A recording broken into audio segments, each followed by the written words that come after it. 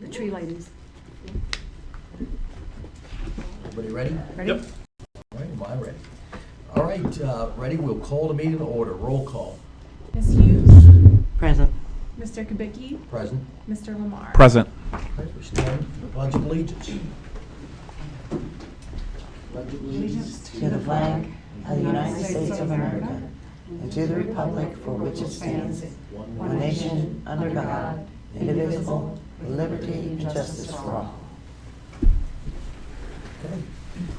With that, I'll make a motion to approve the signing of the meeting minutes, the regular meeting minutes of July 13, 2021. Do I hear a second? So moved. I'll make a motion. Second. Roll call. Ms. Hughes, Yes. Mr. Kubicki, Yes. Mr. Lamar. Yes. Okay. Next, I make a motion that we approve the budget public hearing minutes of July 20th, 2021. Do I hear a second?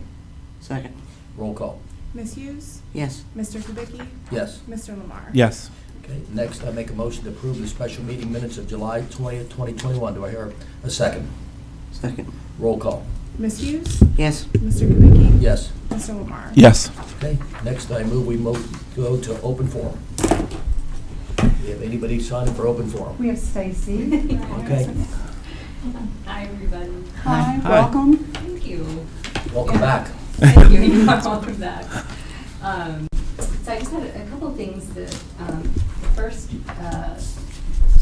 well, there's two things that are related, and then one I was watching some of the, I think it was the July 13th meetings, and there was a presentation, Melissa, that you made about something coming up in September about funds that are going to be used for residents to choose, and so I just wanted to find out a little bit more about that because it sounded really interesting.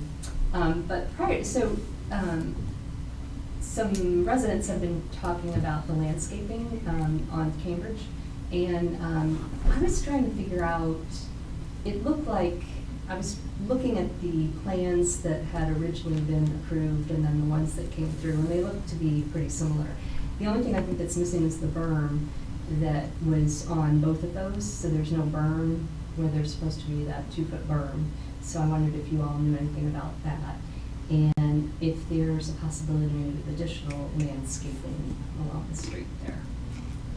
So we're going back historically, and I don't remember, we went back and forth. I know there was a berm discussed, but I think whatever he ended up doing was whatever was prescribed by the Hamilton County blessing, or the Hamilton County Commissioners when they finally blessed whatever we did. So if Which is a berm. It's on both, like I said, it's on both of the landscaping plans. The ones from, I can show them to you, I was looking through them. The ones from, that were initially approved, like proposed, and then the ones that were actually, when they started doing the construction, I went and talked to the project manager and took snapshots. So there is a berm on those as well. Well, whatever the case, whatever was finalized in what we approved by the Hamilton County Commission, what he was prescribed that he has to install and what he needs to do. And if he hasn't done that, then we need to go remedy that. But I know a lot of different plans were discussed, Right. and what essentially got stamped and approved is what I'd be surprised if he did not do exactly to the letter of law what he did, but I'm open-minded to it, is I guess what I'm getting at. And if he didn't, then we need to go deal with that in a prescriptive manner as well. Yeah, that's great. I also wasn't sure like how that happens, if there's any check to make sure that. There is. That There is. what they do. So I know that the question of a berm, I heard, because this predated me, came up a couple of times. What my understanding is directly from Hamilton County is that they have inspected the landscaping according to the plan and passed it. When they were there, they even called out from the original landscaping plan, not for the expansion, but on the original campus, that it looked like a couple of bushes were different. And what had happened is those bushes had died, did not make it in that spot, and so the Woostie group had replaced those, and the Hamilton County said, we really need you to stay with the plan. So they took those out and put back in the type that was originally on the plan for the original campus. So my understanding is that Hamilton County was out doing the inspection on the Maserati Alfa Romeo phase and accepted that. And this is third party, so I promise you I will check into it. But there was some discussion of a calculation on the berm because of insufficient width. The county prescribes like a ratio 2 to 1 or something like that of the height of a berm, and that there was insufficient width. But I promise you that I will get the exact decision on that for that. And then your second question, what I recall the board telling me when you hired me, which was again after all of the decisions by Hamilton County, was that once the project was completed, that if there was an interest in additional landscaping, that we could look at additional landscaping in that area along Grace as well, Cambridge, as well as we were having conversations about setting up a grant program where we could do additional landscaping in the Plainville Business District and down the first block of each of the streets. So that's just my recollection, and we haven't talked about it since then because the project's been underway. Well, yeah, and I think the idea was, well, let's wait and see when it's installed, see if there's gaps, see what's going on, and then the question is maybe to do some street plantings on Cambridge. But I know we've now got these neighborhood economic development grants, and I don't know if they supersede that. So, Stacey, I think they're great questions, and I think it's a matter of just sitting down and discussing them with Melissa, and I'm certainly happy to get involved. But yes, our goal is to go make the situation on Cambridge, mitigate that and make it as residential with trees and other things. That's always been the objective. And after it was done, to go see how we can make that better. Great. So, yes. Yeah, I just wanted to start that conversation again now that it is. Yes. I think it's pretty much complete. It seems like they've done Fair what question. they needed to do, so. Yeah, we'll find out if it has been signed off on. We'll find out what the specific matter with the berm is, and then on the grant program that the trustees passed last month, we are putting together the materials to roll it out. It's a pretty large endeavor because it's township wide, but the trustees passed using the medical marijuana funding over a 2-year period, a major grant program for all of the neighborhoods. And the neighborhoods are going to have basically a resident vote, and we're setting that up as well. And there will be 2 choices, and one of them that then the township will contract to have built in the neighborhood. And it's going to be available to all of our neighborhoods, all of our major neighborhoods, 15. And the 2 choices, because it is public money, so it needs to be in the public right-of-way, we worked with a company in Cincinnati who works with communities all throughout Hamilton County on different grant programs, and they brought to us a list of best practices. And the 2 that we selected were that a neighborhood, each household will be able to vote in their neighborhood for either street trees or designer street signs. Architectural street signs. Architectural street signs, designer street signs. So the street name signs, the stop signs, really beautiful poles with finials and frames, really beautiful. And so we will be rolling out this fall an opportunity for every household to vote, and then we will collect all the votes from each neighborhood for each of the options. And then for the neighborhoods who choose the designer architectural street signs, we will hire a contractor to install all of those. For the neighborhoods who choose street trees, we are hiring a certified arborist who will work with each neighborhood that chose that neighborhood enhancement option, and they will host meetings or go door to door, whatever format that we work out with them, and they will actually assess each property in the neighborhood that chose that option, the winning project for that neighborhood. Is there an existing tree? Is it healthy? Is it nearing the end of its life cycle? What would fit? What are a couple of options? And then the resident can weigh in, I want that, I don't want that, I like it the way it is, that type of a thing. And so it will be a very personal service to each of the neighborhoods. And so we, Yeah, I just wasn't, I Yeah. remember hearing about that. I wasn't sure if it was like both or you voted on it. Yeah. Will the voting occur online, or can people get a paper vote? Because there's a lot of people that don't use the Correct. internet. And so we've been careful with all the programs that we've rolled out to do both online and either print or phone. So we're going to send notices by card, a mailer, to all households, and also we'll publicize it multiple times in meetings. And then there will be an online option or a call-in option, which is the same option, that's the same program that we worked. I'm looking at Lauren because she helped set the whole thing up. That's the same option that we did for the business grant, the business restaurant gift certificate program. And we had hundreds and hundreds of people who used the online option, and then we had a number of residents who call into a really easy number, speak to her if she's at her desk, or leave a message, and then she would call them back. And we then enroll them directly into the online option, and then all of the software then tallies all the votes. And so, yes, one of the things that you mentioned to me when I first met you is that you really appreciated that there are residents who are not on email and not online, that you want to make sure that you continue to receive our newsletters in print and communications in print. And so that we are doing that. And as the practical matter, as we look at Madison Place, these neighborhood economic development grants, I know we've kind of set up a formula of what each neighborhood would get, and it was based on households, et cetera. Some sort of, about what is Madison Place? We're looking to invest in Madison Place in terms of this stuff. I wish I remembered all the numbers. I can actually, they're on my desk. But roughly. I think Madison Place was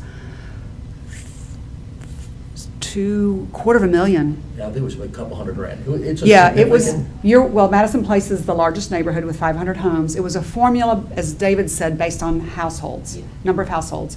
And then we looked at the cost of either the trees and the installation and the arborist, or the architectural street signs, and then applied that across all the different neighborhoods. So every neighborhood has a budget. And we will deliver those over the next 2 years. But the whole idea is to go invest $200,000 in infrastructure, nice things, fun things, street signs, trees in Madison Place. We think will make a significant difference in terms of the feel of the neighborhood, and just kind of like redoing a house or remodeling a house. So we think it's pretty exciting. It's a significant amount of money. Madison Place received almost half of the entire program, $225,000. Okay. Yeah, value. Is it worth mentioning the new Cambridge that will occur next year as well, as part of kind of all this is kind of connected, with the landscaping and the porch dealership, and then Cambridge getting a new road. The Cambridge reconstruction, the section from Plainville to Edith, the last 2 projects that we applied for OPWC grants under the prior administration were not funded. And when COVID hit, we thought if we put some additional local money to it, there are probably going to be fewer communities that are applying for grants during COVID, because so many communities were hit really hard by COVID impacts. And we were fortunate, as we said, with the new medical marijuana money and the JED-Z money. And so we upped the local match and secured both grants, one for Buckingham and one for Cambridge. We call Central, because there's a Cambridge East and a Cambridge West, and then there's the piece of Cambridge that's already been completed. This will be the piece leading up to the corner of your home. So those projects are under design now. We were successful with those grants, and will be both built in 2022. Awesome. So yeah, and so we would want to look at coordinating any landscaping, letting the Woosty Group finish their project completely out, and then work with the plans when the engineer has those completed for Cambridge, and what makes sense for that corridor, and then coordinate all of that for the project construction in 2022. What we don't want to do is to do any landscaping install and then the road construction crews damage it or it has to be torn out. So probably looking at a coordinated install with the road project being completed in 2022. It's a one season, and then the landscaping at the end of the road project.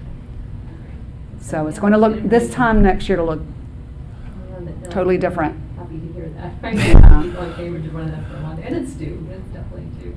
Oh, yeah. I guess the only other couple things, and I know this was, this came up before, COVID and before the whole reconstruction, but I guess now that everything's completed, it's kind of happening again.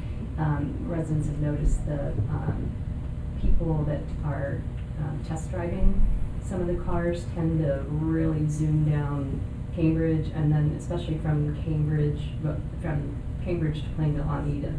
It's just, and it's usually in the afternoon, like you'll see it, and I mean, they really zoom by. And the other thing too is the trailers, that come through, the cars and everything like that. You see them going down Cambridge a lot now and coming out Edith. And I don't know, at one point I think it was because they had difficulty turning on the Plainville or something like that. But it's an issue now in Cambridge because the parking has increased, the employee parking. So it's just kind of messy, and I don't know. I know they addressed it once before. I think David, you had talked to Mr. Trustee about it, and that would be appreciated. I'll definitely talk about it and continue to stay after us about it. It's just kind of, I don't know if you've noticed it, but when those trailers come down with the cars and everything. Definitely, I will. Sometimes it's not our neighborhood feel. I would definitely call and make notice that it's been said, unless Hemingway's also called me about some of the parking concerns too. So, yes, I will make mention of it. Thank you very much. Thank you. Appreciate it. I've noticed the speeding as well. I was a little taken aback because there's no sidewalk in that portion of Cambridge where they're speeding through either. Right. And so I noticed it as well. Yeah. Okay. All right. Thank you all very much. Thank you. Yeah, thank Welcome you. back. Yeah. We have any other open forum, Lauren? I don't know if they're done yet. The other thing is, are you planning on continuing to hold the meetings at 4 o'clock? That's a good question. That's so funny. I had a resident ask me that last night. That's a good question. I haven't thought about that. What do you? Just There's the curious. next, I just want to jump in here. There is a potential that they may expand some of the recommendations for masking and such to government facilities.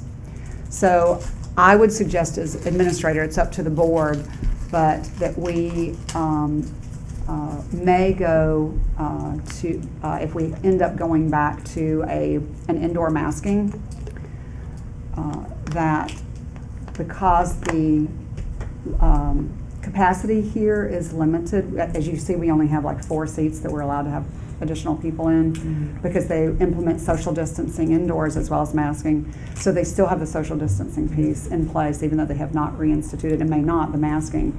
So then the meeting is online and it's live.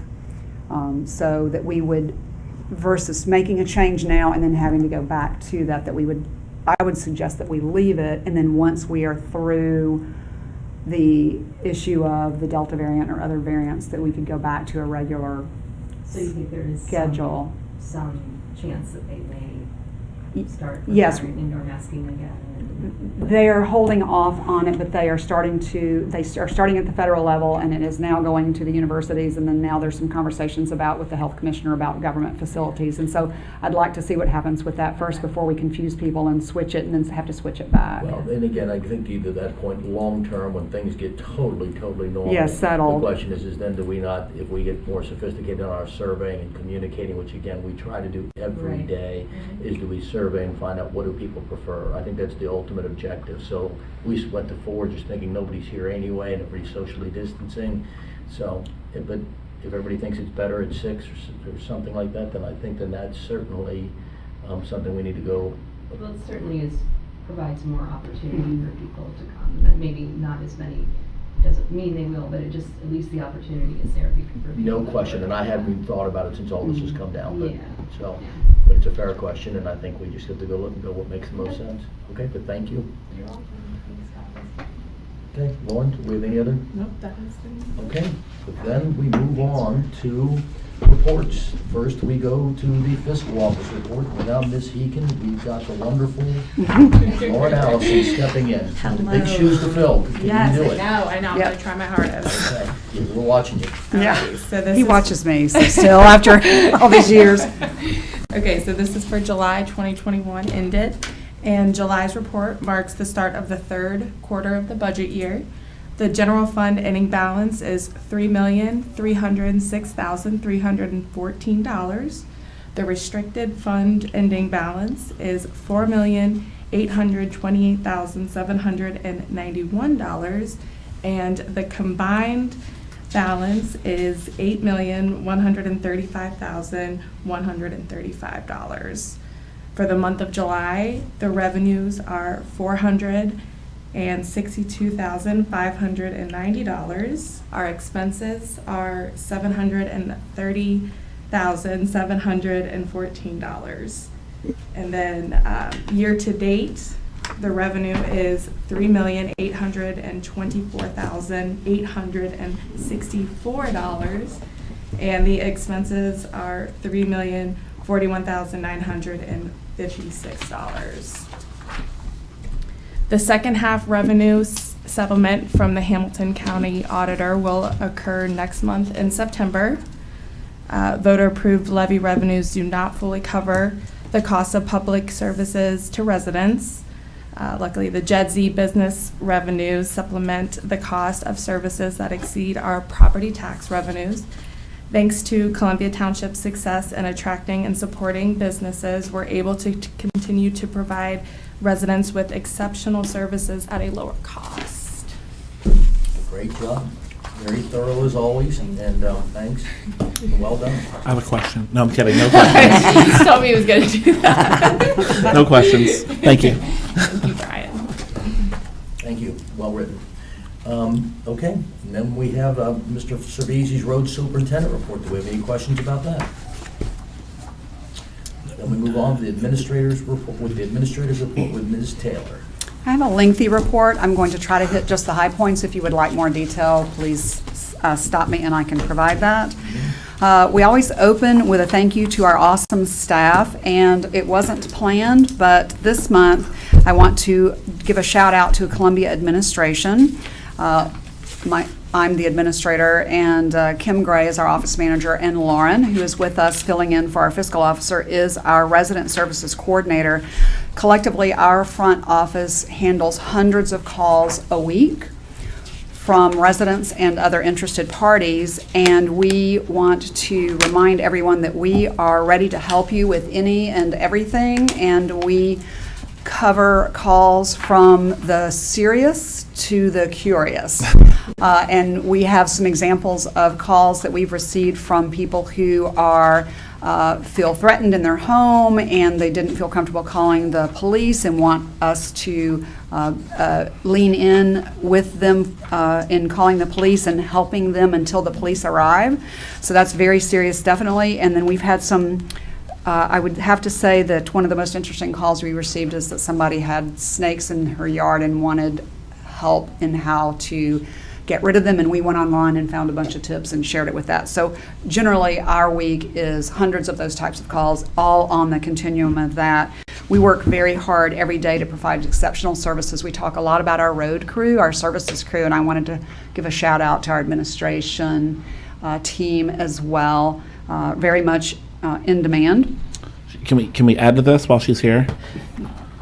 I mean, I think I've only been here a year, so I'm new as well, but you bring so much energy, and I love it that when we hired you, we didn't just get you, we got your family and friends. We're small but mighty, and so we got a whole group with you, so I'm really happy to work with you, so thank you. I'm very happy to be here, and I give major props to Mel and to Kim. It's great to learn from them every day, so I enjoy coming to work every day. So. Yeah, you're very peppy. She gives great care to our residents, and that's something that was really important to me as I started my administration.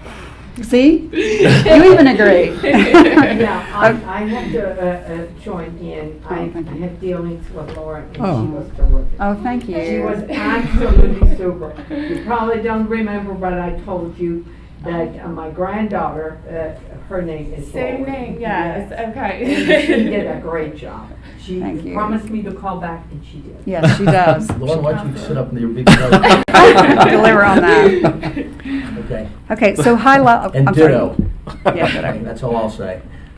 So in our Ohio-Hamilton County section, a brief mention that the Hamilton County Commissioners did set up, I've mentioned this before, 513relief.org for businesses or residents who need financial assistance as a result of the impact of COVID. There are significant funds available if you need rental or housing assistance, utility bill assistance, if you need food, or if you're a small business and you need assistance, or are interested in COVID testing or vaccinations. If you do not have access online, you can call the Hamilton County Board of Commissioners main office, 946-4400, for these CARES funds. Also, as part of the CARES funds, there is a new grant program that was launched at the end of June, $155 million for small and medium businesses, specifically for food and beverage establishments and lodging and small businesses. And Dustin Montgomery, who is our economic development partner through Hamilton County Development Corp., has been reaching out to all of our small businesses, making sure that they're aware of those funds. New this month is, and it's later on the agenda as a resolution, the One Ohio opioid settlement. So the opioid distributors have agreed to a settlement, and I'll go into more detail later. And for all states that will participate in the settlement, Ohio has an amount that it will be awarded that then will be distributed to the state and to local jurisdictions. And I'm going to talk about that in a little more detail later. We continue to have problems with door-to-door solicitors who are posing as gas and electric representatives. Again, we want to share that the accounts that the residents are telling us is that they are lying. And we want to offer to residents that our electric and gas aggregation program never will go door to door. So anyone who's going door to door and telling you that there's a problem with your account with Columbia Township is lying to you.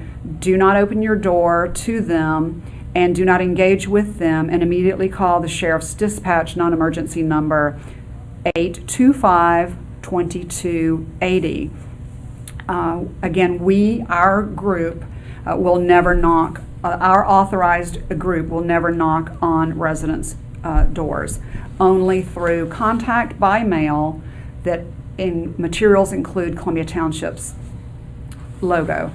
Also in the arena of energy aggregation and scams is a second problem that we are having, and it's not just our community, it's all communities. I meet regularly with my peer township administrators and we share and compare, and this is happening across the region, that whenever we enter into a new contract, as we recently did for electric, every few years we work with our other communities and bid the new electric or gas rate. As soon as the competing companies hear about that, they send people door to door or make phone calls to say that they actually can give you a lower rate than was bid. And what our residents tell us, and my peer township administrators tell me from their investigation of the matter, is that you may receive a lower rate for an initial period of months, and then the rate spikes, and your total cost over the term of the contract will actually be greater than what it was through your energy aggregation program through the township. It is law that it is your choice. We just want to encourage you not to make a bad choice. If you have any questions, feel free to call us here at the office. Great things happening in Columbia Township section. We have a lower tax rate coming on the waste and recycling program this fall. That is a resident choice program. Every 3 years it comes to the voters for renewal, and this year, for the first time in history and the only community in the region, we are going to cut the tax rate. We've shared that in the meeting before. Cut the tax rate back 10 years to the 2012 rate, which is a 32% drop, so nearly 1/3 drop in the tax rate. And an example of what the cost will be in terms of a lowered cost, if you have a $200,000 fair market value on your home, your assessed value, which is what the auditor measures, what the auditor assesses your property taxes on, 35% of your fair market value would be $70,000. So the assessed value of your home is $70,000. So then the 35 cents on your $70,000 assessed means that your tax rate for this program renewal will drop to $245 a year, which is essentially a little counted Rumpke, trash pickup, and recycling, and we have a lot of materials that are going to come out on this program between now and the November 2nd election.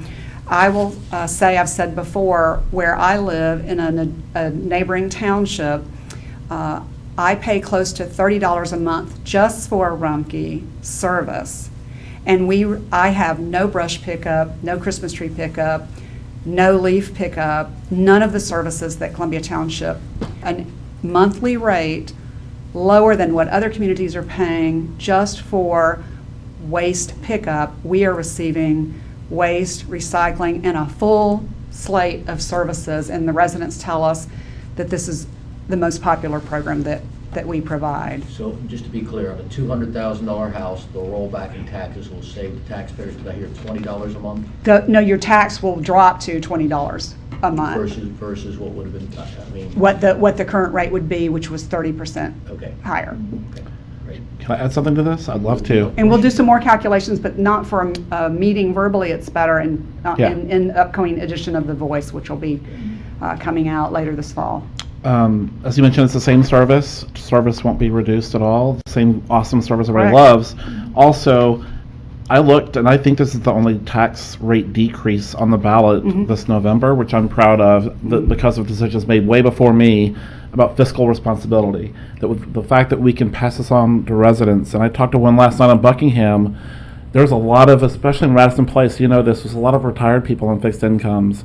And if it's $20 to $30 a month, that can go a long way. And so I'm really happy for that, because, most people my age and younger, when their home valuation goes up, that's a great thing, right? With equity in it. But there's a lot of retirees who are on fixed incomes that can't afford it. So this is one way we can kind of give back to them. So thank you all. And again, just to explain that in English, is we took some of the medical marijuana money that's come in, which we're uncertain of whether it's going to go up or down. I mean, with the COVID year, it being new to the community, the medical marijuana industry, there are people just beginning to understand it and going to use it more, which means it would go up. With COVID, that people smoke more marijuana or they smoke less. I mean, there's a lot of variables, and let alone the fact there's a lot more clinics that are going to be authorized to come. Will that reduce it? So it's a really uncertain thing. And I only say this because I know a lot of people think, well, why don't you use that money and go reduce taxes? We're taking a leap of faith that it's going to continue to either stabilize or go up. And by taking a leap of faith and saying, let's go ahead and start giving some money back and reduce and we're going to continue to look at this. So anybody that's going and saying that we should go lower the taxes, that's our goal. But to get out over your skis and reduce the tax burden, I mean, by lowering it, and the next thing you know, the revenue's coming in, then it can be just a mistake. It puts the services in jeopardy. Yes, so that's why we've kind of thought, let's give something, and we will continue to visit giving more as we continue to grow JED revenues and medical marijuana revenues. And we're optimistic, but we're just not positive. So, didn't mean to go off on that, but go ahead, Melissa, sorry. The next great things happening in Columbia Township, we hosted the Elton Live Ultimate Tribute Concert Friday evening. I wanted to share, I know that the trustees may speak in your later on about what you're hearing from residents and businesses. I know that administration heard from quite a few people that it was a phenomenal event. There is actually a section of the Ohio Revised Code that provides towns townships with the authority to perform activities related to civic engagement, community engagement, economic development, and tourism. And so it is under this authority that Columbia Township hosts special events that bring our residents together under civic and resident engagement, and also promotes tourism. So we heard widespread appreciation for, after each one of our signature events, we hear from residents and businesses that they appreciate the chance to meet other people in their neighborhood, to meet people from other neighborhoods. We always invite leadership from neighboring communities around us to participate in the events as well. So we're connecting people within our community to each other. We're connecting them to neighboring communities. And then what we're doing for businesses through tourism is it's considered tourism, is bringing more people to the doors of our businesses to patronize them and to become familiar with them. So we've heard, just great accolades about that, and I'll leave that for later on. I think we, to the extent, I know we'll have trustees reports, but I think let's editorialize on this a bit, because it's really a cool event that everybody did, and everybody put it together in quick order. So I don't mind us reading part of our trustees reports and saying, but it was an incredible event, family friendly. I took a few notes on this, and to see community members come together from Columbia Township. I met so many people that I've never met, which is always fun, and it was just fun to see people of all ages get together. Thanks to the Slatterys, who always personally get involved, always say yes to these kind of things, and thanks to, Lauren, John, Dustin, Kim, Melissa, everybody gets involved. To pull this off as quick as we did, to kind of create this event, and it was just amazing. This is the greatest team on the planet to go figure out a way to get this done, put this event together in record times. Spectacular event, and we need to continue to do more community events. And perhaps the ultimate compliment to what you said about other communities is you do hear a lot of people saying, you guys have stepped up. Meaning Columbia Township's ID and respect has gone way up to people from, whether it's Marymount to other communities, Madison Place specifically. I just think the ID and the respect of what these places are has gone way up with these events. People that come to these events go and you hear this, and I don't want to be petty, but you hear, boy, I wish our community did more of this. And I think, I don't want everybody to be a little bit jaded or jealous toward what we do, but I think it brings everybody together, and it adds some cachet, helps our brand, and just helps everything. And it's magic to hear it from other community members, community leaders, and it's great for our brand and image, and I think it's great for property values and everything else. The whole goal was to go, kind of say that Blue Ash does their Taste of Blue Ash. Mason's got many things, ATP, they've got all these things that they go subsidize to go be a part of, and all we do is come in and do these, mini events to go try to bring the community together, add, recognition, respect, pride, and just make it just fun to go live in Madison Place and say that 3 events a year we get to walk to and hang out is fun. That's all I have to say, but the work that goes into behind the scenes is amazing, especially as quick as everybody did. You want to add to that? I'll just add really briefly. I agree with everything you said. It was probably the most fun I've had in the year and a half since COVID started, and so that, on a personal level, it was fantastic. And I met so many people, and one of the things I like about it is it brought. Columbia Township is so spread out, and this was an event for everybody. I met people from Ridgewood and Seven Hills and other places that could come to this, and so I'm proud to. We have a lot of disadvantages in the township with the 9 islands and how spread out we are, but this is an advantage that we can get people together like that. So thank you. I had a great time. I really did, and the band was dead on. They sounded just like Elton John. And people coming down the bike path, it was funny. They said, "Oh, let's get out and see what's going Stop on and here." come in. Yeah, and just to see people dancing in the sand, little kids, adults, just free and having a good time. Yeah, it was a huge family event. Kids, dogs, Yep. Yeah, always Lots of dogs. millennials, older people. I got a text from a lady that they didn't make it, but their high school senior daughter made it and enjoyed a ball she had. So it is fun, Yeah. the universal group of people that enjoyed it. So anyway, great time, great stuff, and we intend to do more. And with the firehouse, we intend to do more in Madison Place and Ridgewood. We're working on trying to create, that's a little bit of an island, how we can bring them into some of this, because just a little tricky. So, anyway, thanks to everybody that attended. And one other thing, I talked to Bobby Slattery, and this is their first big concert, They were amazing. and they loved it, and they're going to build a permanent stage, I think. Don't hold me to that. That's what But they're planning on building a permanent stage there, so there'll likely be more events like this. Okay, didn't mean to interrupt your No. report. Let's go back to the report now. So you mentioned the Madison Place Firehouse. That's next up on the great things Good are happening. It's a good segue. So tomorrow, big session with the Hamilton County Building Department is when we take the building plans for the initial review. And we expect that we will be able to wrap up that this month, and then in September, we'll submit all the materials to all the grantors for their review. Remember, the upside of having brought in more than $500,000, it's really closer to $600,000 to the firehouse. The upside of it is that that is other people's money that they pledge to us because this is such a phenomenal project, this redevelopment project. The downside of it is that all of them require a review of all of the materials, the bid packages, the layout, working drawings and everything, and a number of them are backlogged by several months. So we're going to continue to try to work through that, but we do plan, and I know that the board has mentioned this in a prior meeting, that because with the impacts from the pandemic on materials and labor, our ability to open the firehouse by this fall may be delayed to later in the year.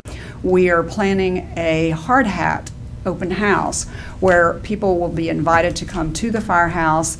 We will have displays of what the rooms will look like afterwards. We will also have some, after the renovation, we also will have memorabilia of what people who have photographs or memories of what happened in the different rooms, including in the basement, which was a really popular spot for anniversaries and Boy Scout events and that type of a thing. Those will all be part of storyboards, and so we're going to make a community event for that. A hard hat party, everyone will have a hard hat right before the contractor gives us notice that they're going to come onto the site, and so look for that this fall. The next edition of Columbia Magazine, The Voice, comes around Labor Day. We will go into detail about the great things that are happening in Columbia Township and how Columbia Township is better than we have ever been, stronger financially, more professional than ever, and all of these great things. And we will go into a number of the different programs and new grant initiatives that we've already talked about this evening as well. Really quickly to wrap up, under our parks, paths, and roads, we had to temporarily close Muchmore Park. Wow. During one of the recent severe storms, a large tree fell and damaged the shelter, and the shelter is at risk of collapsing. And so we had to close the park. We are issuing requests for demolition of the shelter. It is not salvageable, and it's not safe to go into the park because if the shelter falls, we don't know which way it will fall. As soon as we demo the shelter, we will reopen the park, and while the park is reopened without a shelter, unless there's some reason that the engineers advise us that we cannot do that, while the park is reopened, we will design a new shelter and bid for a new shelter to be constructed and have that up. But that was a mishap from one of the recent storms. And again, we don't have a timeline because the same theme with the pandemic, there are backlogs with contractors. The Murray Path extension is officially open, and the seeding and restoration will occur, and landscaping will occur this fall. We already have rocks. Giant rocks. Giant rocks. They sprouted up, rocks there. And in closing, on road and pedestrian safety, our speed study, our targeted speed study in certain roads, the speed detection phase has been completed, where engineering company measured speeds on the targeted roads. We are now waiting for, and we're working with Lieutenant Enderle on this, that part of the study includes evaluating the volume of citations for speeding as well as failure to yield or stop. And Hamilton County Court, I received an email through Lieutenant Enderle that they are backlogged. It's again another theme. And so we do not have that information yet to complete that study, but we will stay on that. And that is the study where we are proposing that we would install radar speed signs and take other steps to generate a higher level of driver awareness and driver compliance.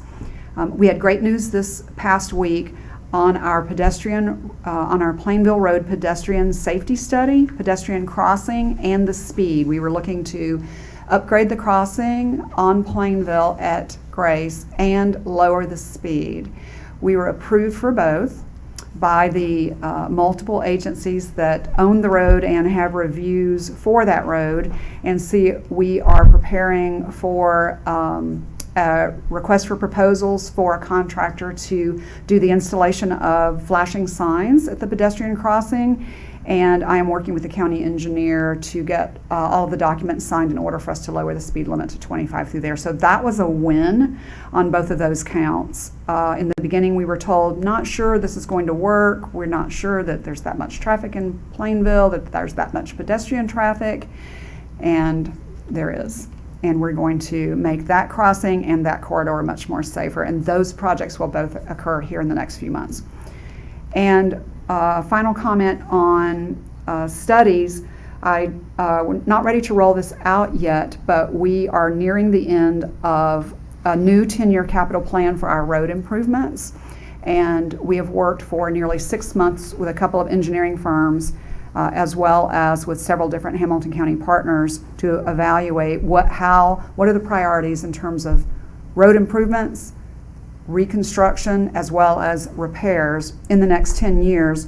I'm really pleased to report that as a result of the board's effort and my predecessor's effort on multiple applications for grants for roads and the road repairs that have been completed so far, 77% of the township's roads are in good condition as rated by the engineering firm. 23% are in poor or fair condition, and those 23% are on the list in terms of the highest priority roads. And as a result of the economic development tools that we have put in place, including medical marijuana and including a new Plainville TIF that was put into place that will use new business tax revenue off of the Porsche expansion, those monies will be used exclusively in the Plainville Business District and the Madison Place neighborhood for enhancements, public infrastructure enhancements there. Those two tools are going to enable us, the punchline is, to rebuild, repair roads faster than ever in the history of the township. So we are getting ready to launch that as well. Great stuff. Yeah, So- it's amazing. And still waiting for Cervati's Bakery to open at the promenade.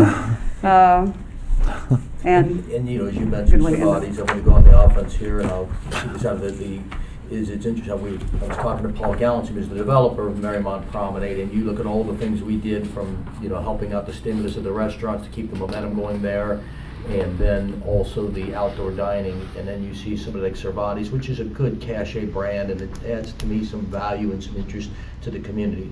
I just think it's cool, and I take pride in what this group of people have done to go invest in that center, and you see good tenants like that come. That's exciting. That's a nice addition to any community. I'm pleasantly surprised that they're coming, so good stuff. Okay, with that, we move on to the Economic Development Quarterly Report with Mr. Montgomery. Do we have any questions about that? And with the police report, we have a special guest, since Lieutenant Enderle can't be here. Do we have anything to add, or you have anything to add to the report? can I introduce you first? Absolutely. So this is Sergeant Robin Reed. And Robin, And I'm sorry, I didn't get that at the beginning, so otherwise I would have been you are over the all patrol services for Columbia Township, is that correct? Columbia and Silverton. And Silverton, so you're at District 4? Yes. In Silverton, which covers Columbia Township as well. So welcome, and I'd like to say that although I work mainly with Lieutenant Enderle, that you and I have had a number of different interactions over the prior months, weekends, evenings, and such, and you've been terrific. Thank you. So continued excellent service from our Hamilton County Sheriff's Office. So, thank you. We think you guys wear capes and suits, so great Yes. job. Thank you. The only thing I have to add is, I would like to give kudos to our intelligence unit, and we have our own analysts out here at District 4, Jillian Desmond, and I was late getting the new report that she has put together for Columbia Township, but it's quite impressive, and I've emailed it to all of you, so you'll have to look at it when you have time and let us know what you think. It's just incredible. I looked at it before I sent it, and I just was amazed at the detail and all of the information. It includes maps. I mean, it's just absolutely beautiful. The only other thing that I would like to add is I've been taking notes for anything that may involve the police, and I will have an increased police presence at Cambridge and Edith regarding these individuals that are speeding. I think that if you have a cruiser somewhere close by, that just the presence of that would tend to slow the test drivers down, and I will make my officers aware of these solicitors regarding the gas and electric to be on the lookout for that. What time of day are you seeing most of these people test drive the cars if you had to go I to know Afternoon. some in the afternoon. in the afternoon, during the week? Seems like after 2. Okay, we'll definitely take care of that. and have- Is that in line with you? Like, Oh, well, you see them walking? I'm not nearly there as often as you are, but in the evening's the only time I'm ever over there, and I've seen it a few times. Yeah. Okay, all right, Thank you. Yeah, thank you. thank you. Sergeant Reed. All right, then we move on to Little Miami Joint Fire and Rescue Report, and also the give us an update on the Deer Park Silverton Fire District Report with Mr. Lamar. Yeah, so I'm really excited to report this, and we, on a previous board meeting in July, we, Mike Lemon and some other members of the board had kind of researched wages for part-time employment for the fire department. And the fire department is a weird world where it's very competitive and incestuous, and people work full-time here and part-time here. And we noticed that people were leaving, and that was concerning. And so the board, especially, and Mike Lemon, I have to really give appreciation to him, researched and got wages for the community, what the average wage was, and we voted in July to increase the wages for our part-time employers effective immediately. Substantially. Substantially, And up to immediately. $17 to $20 per hour. It's very competitive. The current union and the leadership really expressed appreciation towards that. And one of the things I love about working in local government is the ability to do something so quick like that. We see a problem, we can react to it. Whereas at the kind of the federal, the national, even the state level, sometimes it goes really slow. We could react really quickly. So I'm proud of Mike Lemon and Melissa and the rest of the board. Anything else you want to add to that? Mike Lemon did a lot of heavy lifting on all of the research. We pressed pause on everything else that we were doing with the fire district and brought a working group together and did a lot of research and a lot of discussion and engaged the Little Miami management and union about the best way to roll out the program. And they are very enthused and very appreciative. It's a very competitive environment. As Brian said, there are part-timers who are leaving multiple departments, going to other departments that they'll move for, very small amount of money. They'll move, for a couple of different reasons. We were in a meeting with a different agency this morning on another matter, and they said that this is the number one matter pressing for them and for the region and nationally. To get part-timers. To get part-timers, right. I give credit to So now we are- Fire Chief Ramsey, who always mentioned that it's going to be harder and harder to get part-timers. Mhm. And that's it. And I know some other communities have part-time models. And he kind of predicted that that's fine. I know it's less expensive, but at the same time, it's going to be harder to Yes. find those people. So- What's happening when you look at the economics of what's happening within commerce, the explosion of the logistics, transportation and logistics sector with the buy on demand and the growth of companies like Amazon, FedEx, and the other suppliers is so competitive that warehouse worker wages have spiked from where they used to be $11, $12 an hour. You now can walk into some of the warehouse positions at 19. You can go to get a job at McDonald's 20. for 14 right now. I think. So, yeah, there's also another dynamic within the retail food service. And and retail malls and stores and things like that, but specifically the logistics sector is sucking up a lot of people who were in the $12 to $15 range who are moving up to the $17, $19, $20 range, depending on how long you stay there. So we have to adapt regularly to changes in the marketplace in terms of attracting staff. And our firefighters, EMS, told us that they are happy to work overtime to a point, and it starts to, it's wear and tear on them, and they do want family time or, free time. And so we, as Brian said, we immediately started working on it. As soon as they brought it to our attention, we said, you matter most to us, and we are going to do something about this and do something significant and do it quickly, and we hit all of those marks. Okay, good stuff. Okay, next we move on to trustee reports. I've said enough, so I'm not going to say anything else. Go ahead. I've said enough too, but I do want to say something else. And I know you mentioned this in the communications, but I wanted to kind of call it out, is the podcast. Oh, And so it was so incredible to interview yesterday Denise Driehaus, Yes. one of the Hamilton County Commissioners, and who's amazing. And also promote Charmaine McGuffey, who we interviewed last month. So I would encourage residents to listen to those podcasts because they're amazing leaders in our community and awesome on the podcast. Not one of them said, don't ask a question. They didn't need prep. I could fire away any question that we wanted to, and they're just professionals and easy to work with, and I have a lot of respect for both of them, and so I would encourage people to listen to it. Yeah, and I also think that they really appreciate the working relationship we've had, so it is insightful for them. I think they appreciate seeing the things that you partnering with Hamilton County and what it's brought to the community, and that they get to see some of the programs that they still at 20,000 feet to go actually visit some of the businesses and see the impact it's had. Yeah. So I think they were well done and very good guests. So, okay, anything else to report? I would just like to say, I've been in Columbia Township a long time, and it has never been better than it is now. We're doing things that I never thought we'd do, and I'm just very proud of rolling back taxes and some of the functions we put on, and we work very hard. I just wanted you to know that. Specifically, how long have you been here now? 23. 23. But, Yeah. I mean, I've seen a lot, and we're better than we have ever been, honest. That's a lot coming from you. You've been here a long time and seen a lot. Okay, that we move on. Any questions about communications? Then we move on to the resolutions, which be always thorough and always delightful and always serious. Melissa Taylor.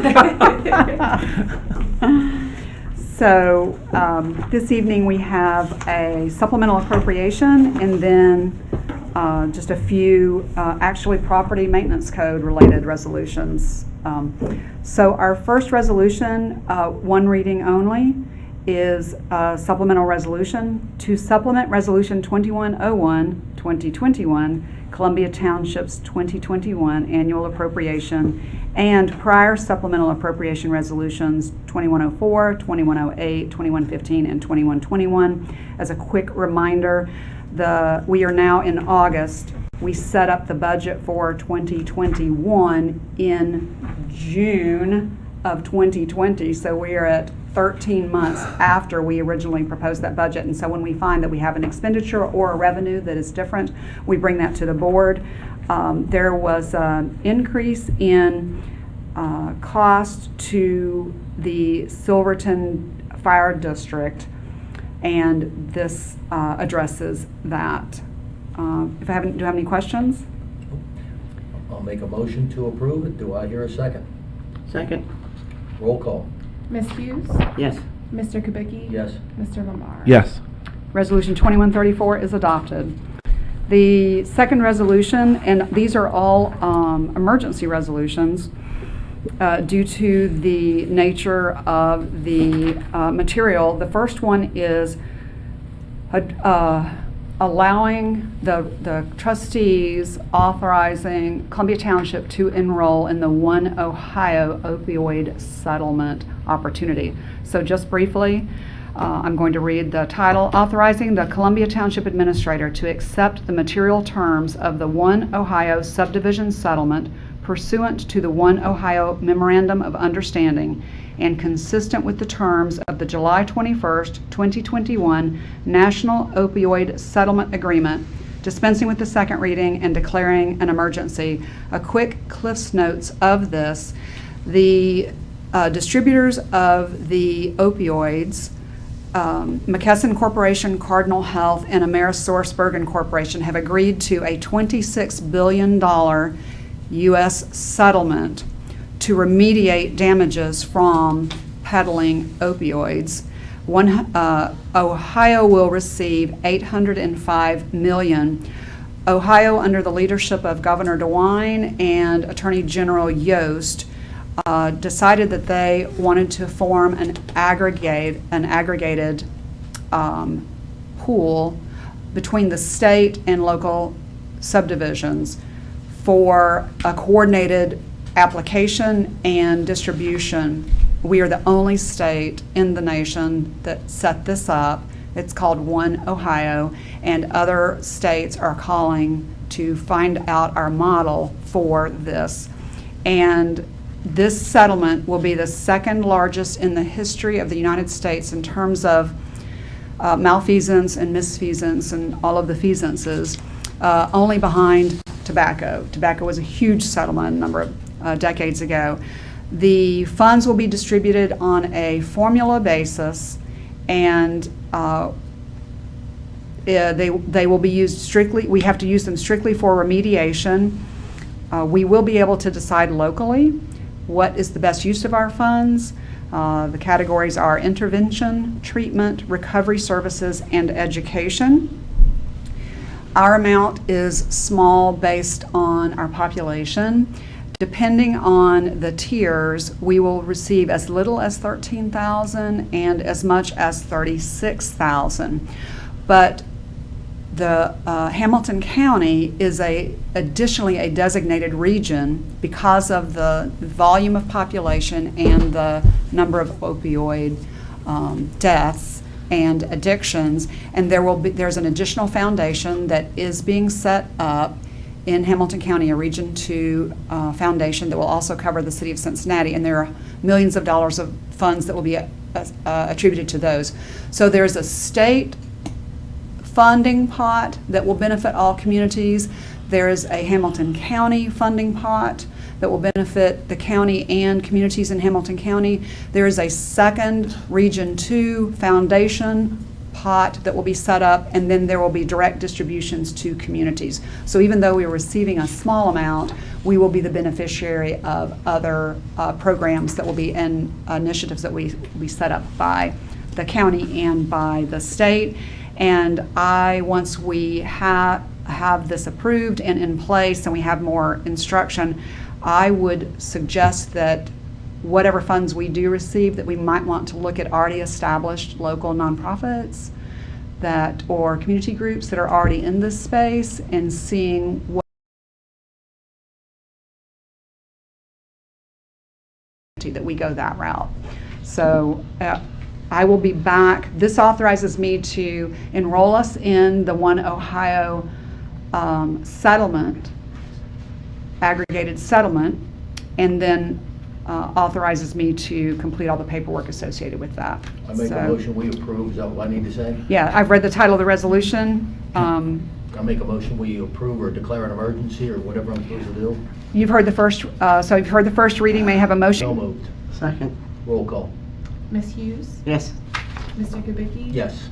Mr. Lamar? Yes. So we've dispensed with the second reading. May I have a motion and a second to pass the resolution? So moved. Second. Roll call. Ms. Hughes? Yes. Mr. Kubicki? Yes. Mr. Lamar? Yes. The resolution is adopted. May I have a motion and a second to invoke the emergency clause? So moved. Second. Roll call. Ms. Hughes? Yes. Mr. Kubicki? Yes. Mr. Lamar? Yes. The resolution is now in effect. On to the next resolution. Can I ask a quick question about that previous resolution? I'm sorry. Yes. Do we have to spend the money in Columbia Township, or can it go to a nonprofit elsewhere? They do not have that Okay. information out yet Okay. that I have seen. Okay, thank you. I just I know it's high early. level think that that's probably a better Yeah. use for it. Of course, yeah. Okay, so what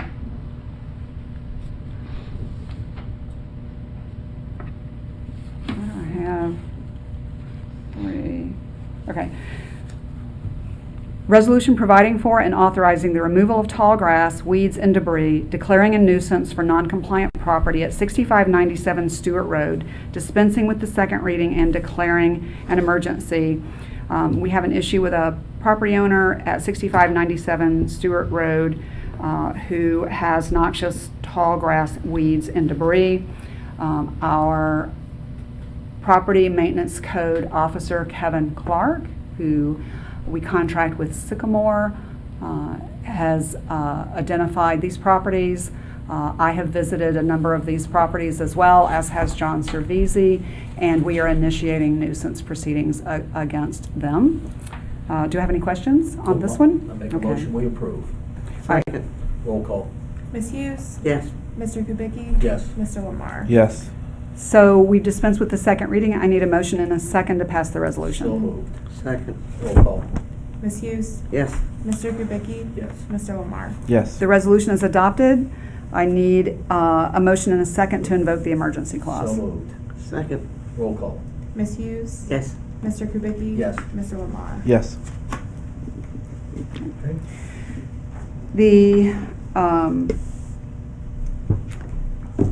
There was a resolution on your agenda next that I have withdrawn. Kevin Clark and John Cervisi has worked with the property owner.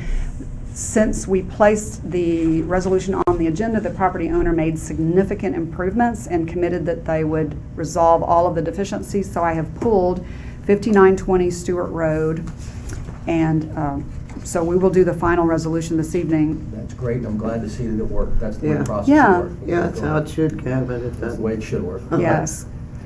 So the final resolution of the evening, resolution providing for and authorizing removal, repair, or securance of insecure, unsafe buildings or structures, and removal of tall grass, weeds, and debris, declaring a nuisance for non-compliant property at 5770 Stewart Road, dispensing with the second reading and declaring an emergency. This resolution is slightly different. We have two powers for nuisance properties, one being tall grasses, weeds, and debris, the other one being buildings that are not secure, falling down, and are a safety hazard. This property on Stewart Road is an absent owner. We've attempted multiple times over a period of months to reach this property owner, and without success.